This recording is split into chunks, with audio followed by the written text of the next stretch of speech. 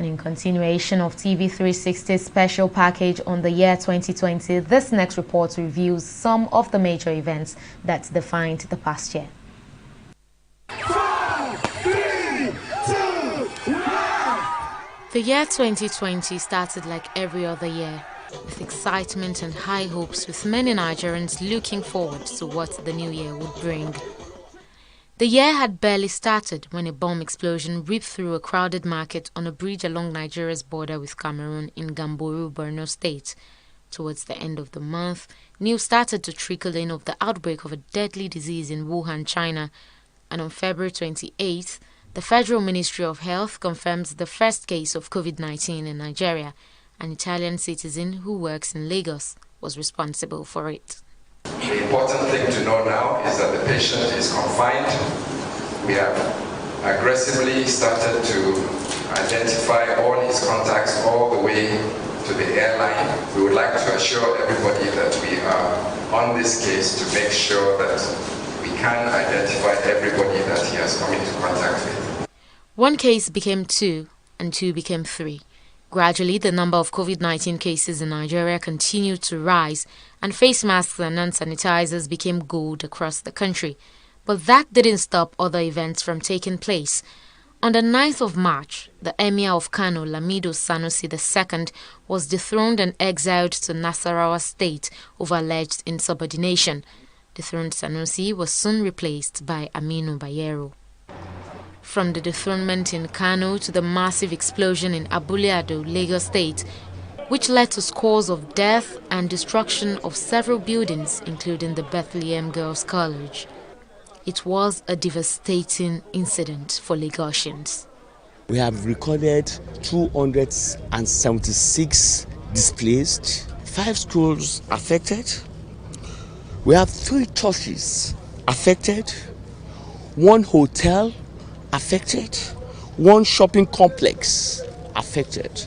We are able to categorize mildly affected buildings to be 93.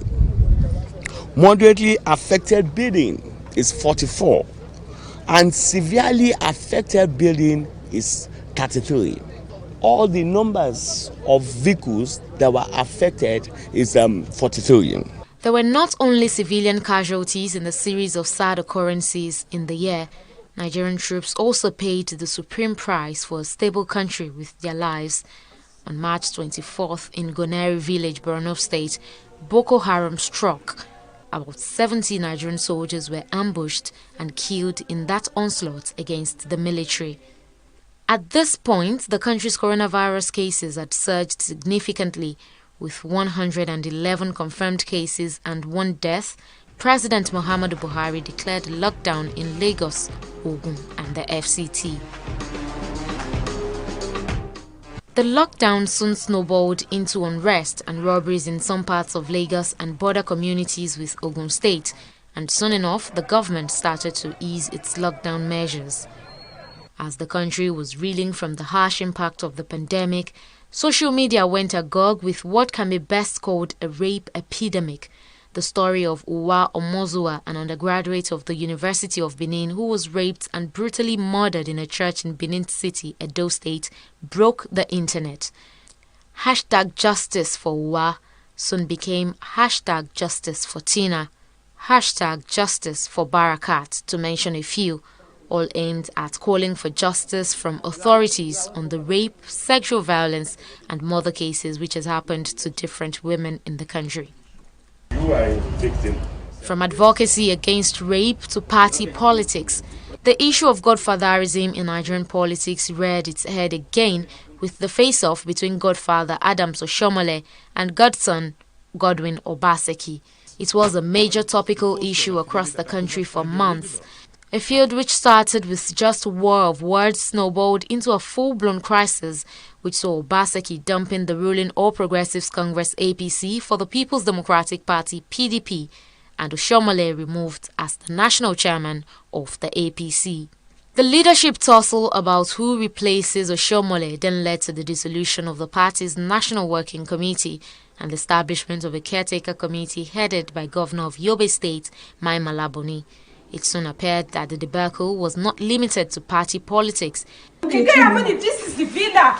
We have over 200 soldiers guarding us, 200 policemen guarding us. Why do you have to lock this door? From videos surfacing of the First Lady denied entry into a section of the presidential villa, to Aisha Buhari calling out cabals for controlling the presidency, and to an actual shooting at the presidential villa, it was different stories from Nigeria's seat of power.